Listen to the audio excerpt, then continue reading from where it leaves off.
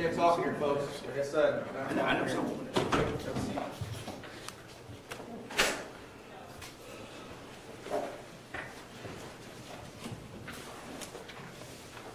All rise.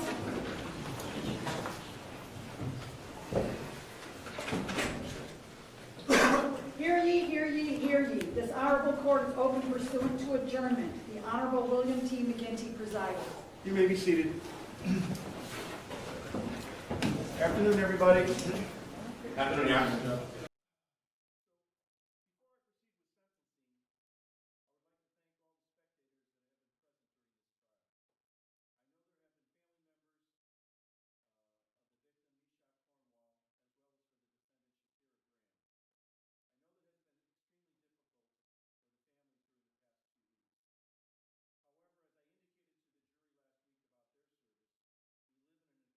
Country where decisions can be made in a courtroom based upon reason and common sense and not with violence. I believe everyone that has come to this courtroom has observed the requisite solemnity and respect deserving of the flags behind me. I trust it will continue today. The procedure we will follow here today will go as follows. After I go over some instructions right here, the state of Ohio will present victim impact testimony and any position on sentencing. The defendant's counsel will be given the opportunity to address the court, and lastly, Shakira Graham will be given the opportunity to address the court prior to the imposition of sentence. Just a brief review that the defendant was arrested for aggravated murder on February the 14th, 2019. The defendant was indicted for that murder on March 8th, 2019, and was arraigned on March 13th.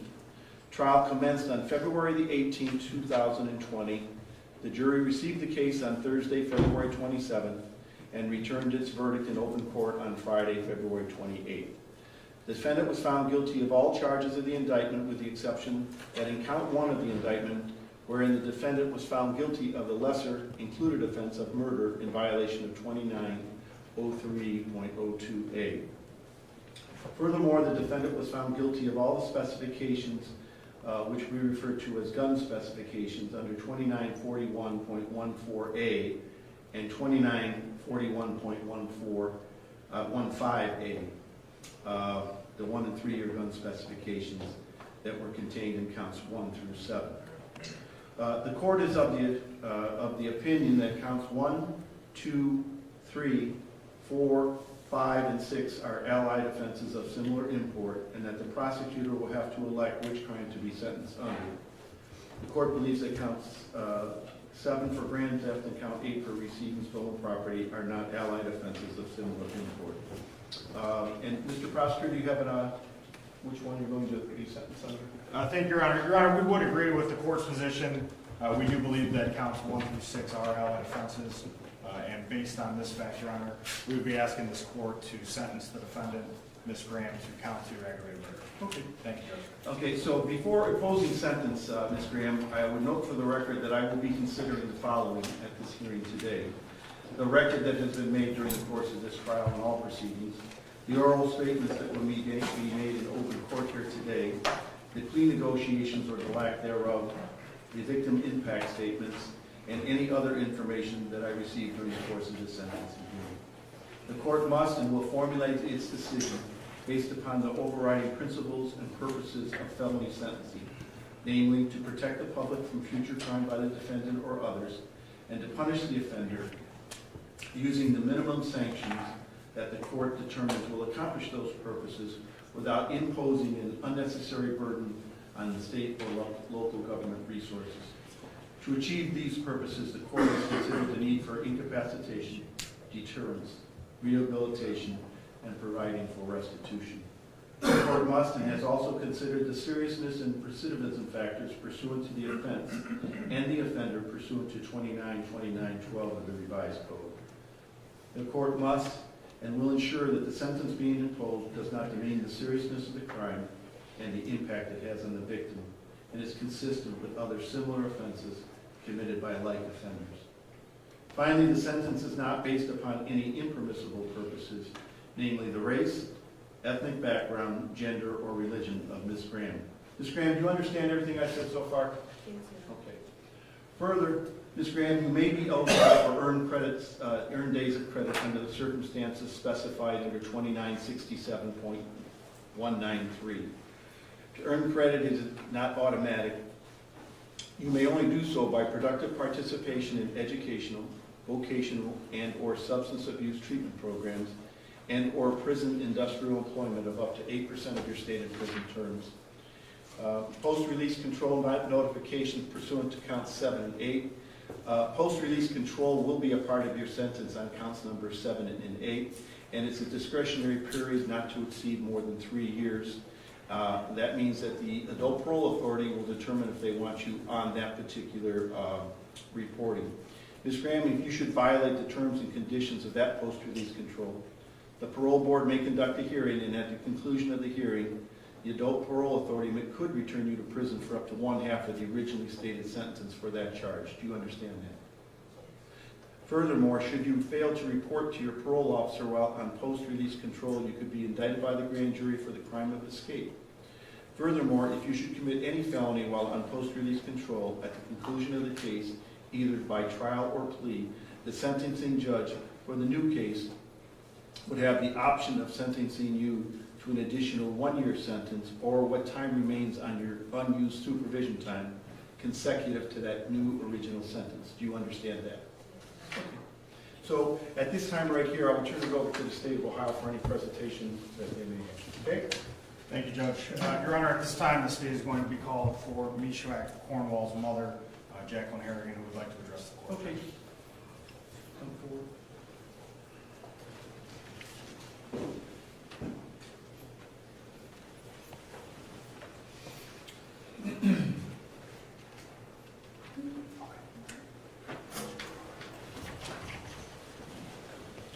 Afternoon, Your Honor.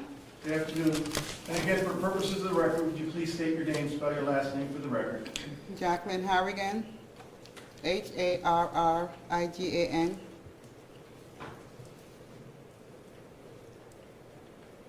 On December 17th, I boarded a plane at 8 o'clock. My life was fine.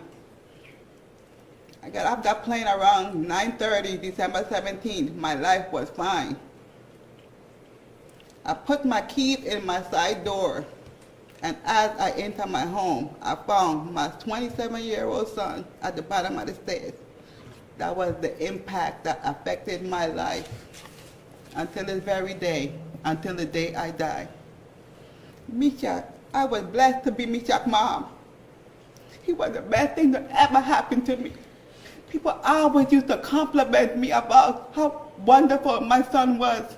He never gave me no problems, Your Honor, besides a speeding ticket or going to traffic court. You understand me? I had a wonderful son. He loved his mother. We had a good relationship.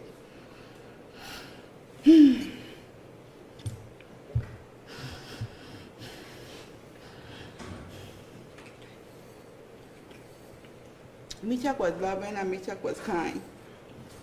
He loved to laugh. He enjoyed going to work. He's the only person I know loved going to work. He was in the hospital for 2 weeks, and all he keep asking the doctor is, when are you going to relieve me to go to work? The doctor says, you're the only person I know who want to go to work. Most people ask me for days off. You asking me to go to work. That's how committed he was to his job. He enjoyed playing his PlayStation. He enjoyed computers. He enjoyed eating pizza. He enjoyed drinking different beers. I got turned on to Great Lake Beer because of my son. Every year a flavor come out, he brought it to the house. Our family is very small, Your Honor. My mother only had 4 kids. There's only 3 of us left.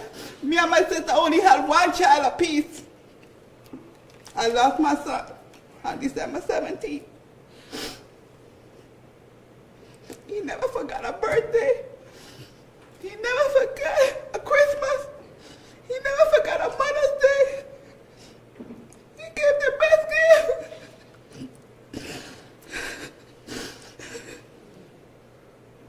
My son was getting his credit together. He wanted to buy a house in a couple of years.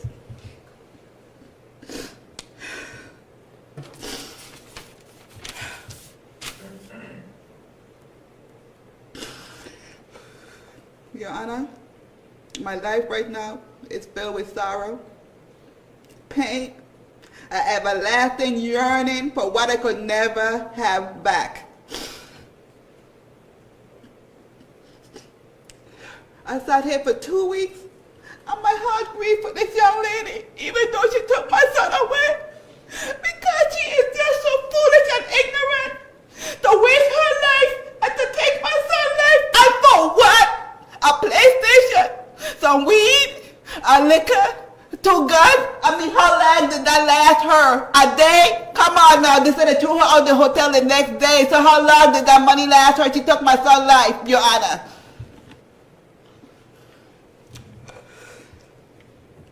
I am asking the court to give this young lady the harshest penalty you can give her for taking my 27-year-old son. That's all I have to say, Your Honor. What we just heard wasn't evidence. It wasn't cross-examination. It was grief, raw and unfiltered. Now the prosecution shifts the focus back to accountability. Emotion meets argument. Sympathy meets sentencing range. I think Mom is the only one that is going to end up speaking.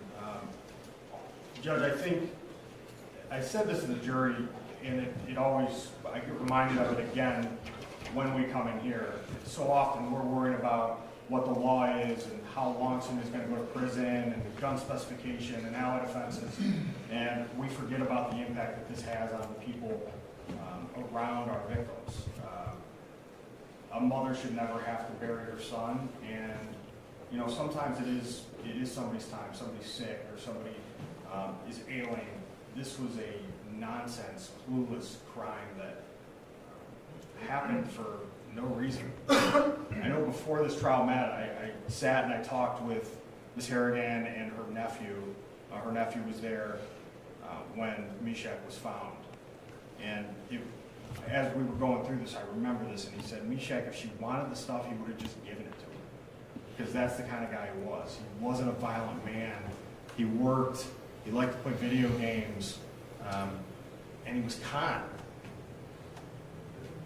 You see the text messages, Judge, and I'm not going to relitigate the case here, but it was clear that he was conned into believing that the relationship that he had with Ms. Graham was more than what it actually was. He was a mark, he was set up.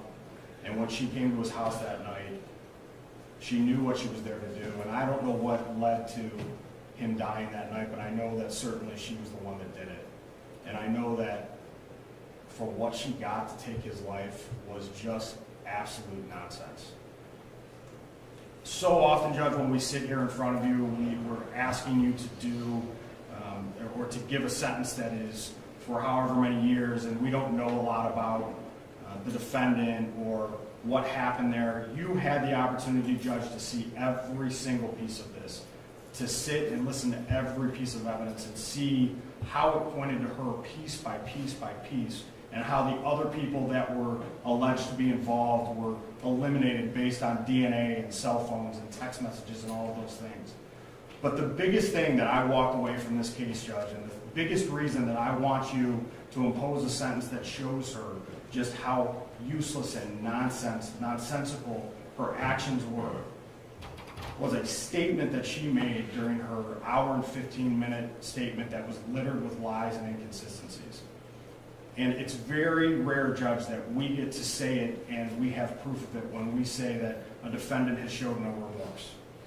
And in that hour and 15-minute statement, Judge, the one thing that kept popping up to me and kept being repeated to me were the lines that she stated. I don't know how to feel sad. I just met him. That was how much he was worth to her. That's how much his life was worth to her, that she didn't know how to feel sad because she just met him. Judge, Ms. Graham is a felon. She has a history of attempted robbery. She has a history of failure to comply with police officers. She's been sent to prison before, and this court has the opportunity to make sure that she never has the opportunity to do the things that she did to Meshach again. Ms. Graham is going to go to prison for life. Her sentencing range is going to be anywhere from 23 to life without the possibility of parole, with 3 years for the gun specification. I would ask you, Judge, to remember what you heard here, remember the legacy that Meshach left, and remember the pain that the family will be in for the rest of their life when you impose your sentence. Thank you, Judge. Thank you, sir. Mr. Sims? Now the defense steps in, and this is where the tone always changes. Because while one family is grieving a life lost, another is staring at a life sentence. Notice the strategy here. Remorse, appeal rights, doubt about the verdict. This isn't about relitigating the trial. It's about planting seeds for mitigation, and maybe even the appeal to come. We sit here at different tables because we see the case differently. As Ms. Graham sits here today, she, again, is still insisting, upon her innocence in this case. And I think one of the things that the state of Ohio mentioned the text messages. And if you recall the text messages between her and Meshach back and forth, you saw the caring they had for each other.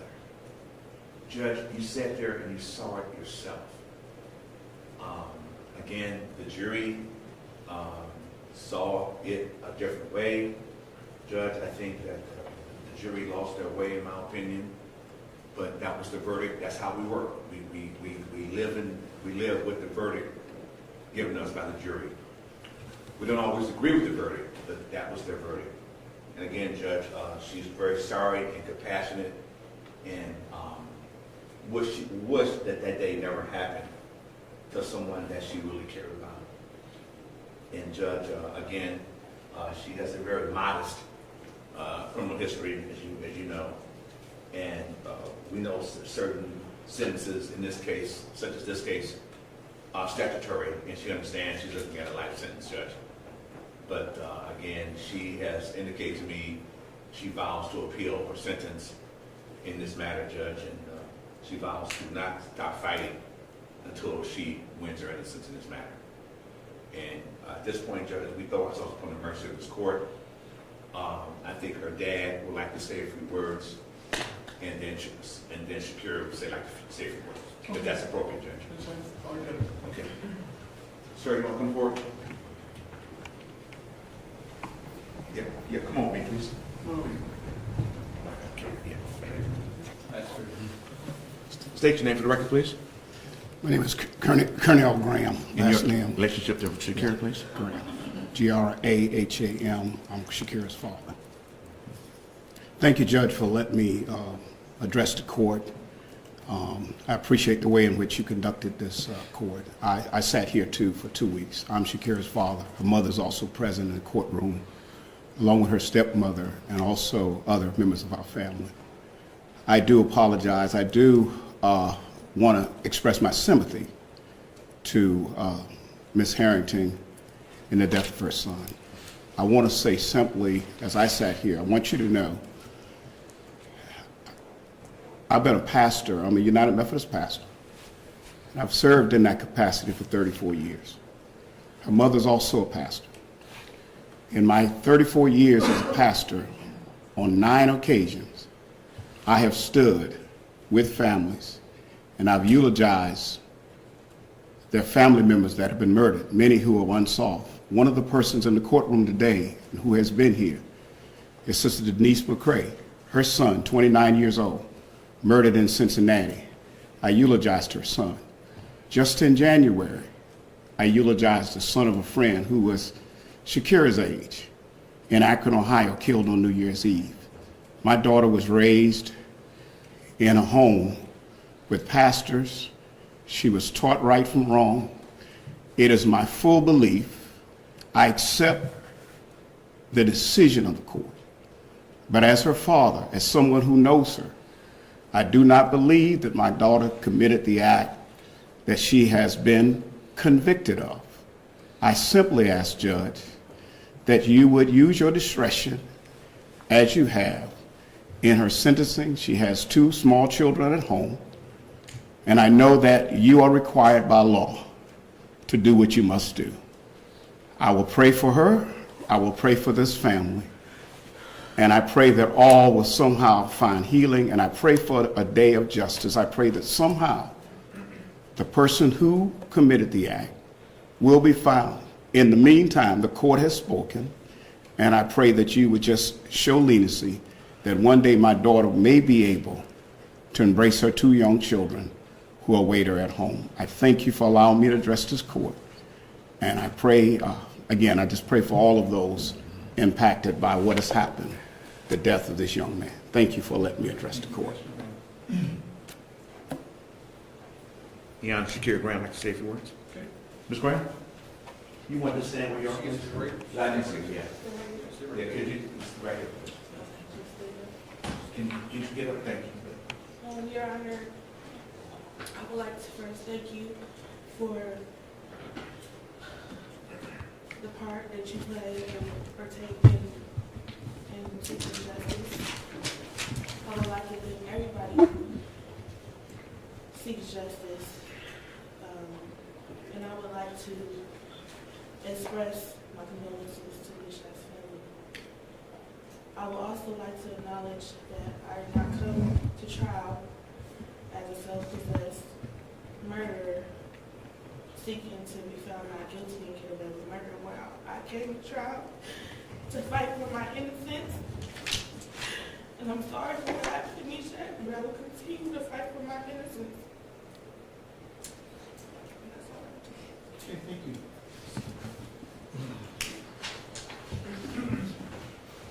Oh, Your Honor, can I just now, not the appropriate time or not, but I would like to, just before I forget to do it, I'd like to move the court, Your Honor, to, because as she sits here, she is, of course, indigent, and I'd like the court to consider waiving all fines and costs, and as well as, you know, if you could put in the journal entry for her to be evaluated for any mental health issues that she have or may have, and that she received the appropriate treatment for those issues while she's in the confines of the state of Ohio.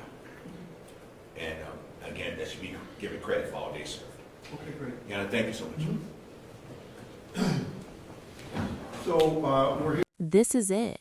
No more arguments, no more witnesses. Under Ohio law, aggravated murder carries 3 possible outcomes: life with parole eligibility after 20, 25, or 30 years, or life without parole. The judge's next sentence will define decades, possibly the rest, of Shakira Graham's life. Listen closely.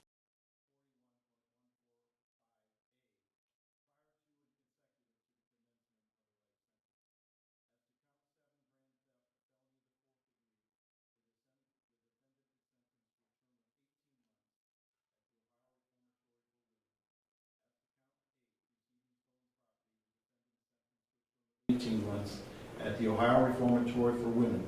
The sentence shall run concurrent to one another and concurrent to count 2 of the indictment. The defendant shall be given the time served in the amount of 373 days.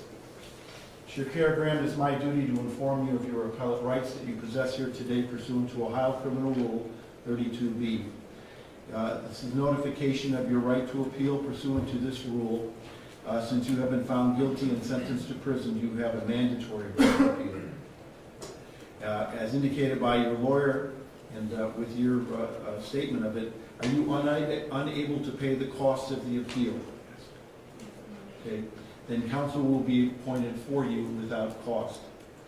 That if are you unable to pay the cost of documents necessary to appeal? Yes. The documents will be provided without cost. The defendant has right to have a notice of appeal timely filed on her behalf. And that would be your last duty, Mr. Sims, to have that notice of appeal filed? Yeah, that will be filed this week. Thank you very much. Thank you.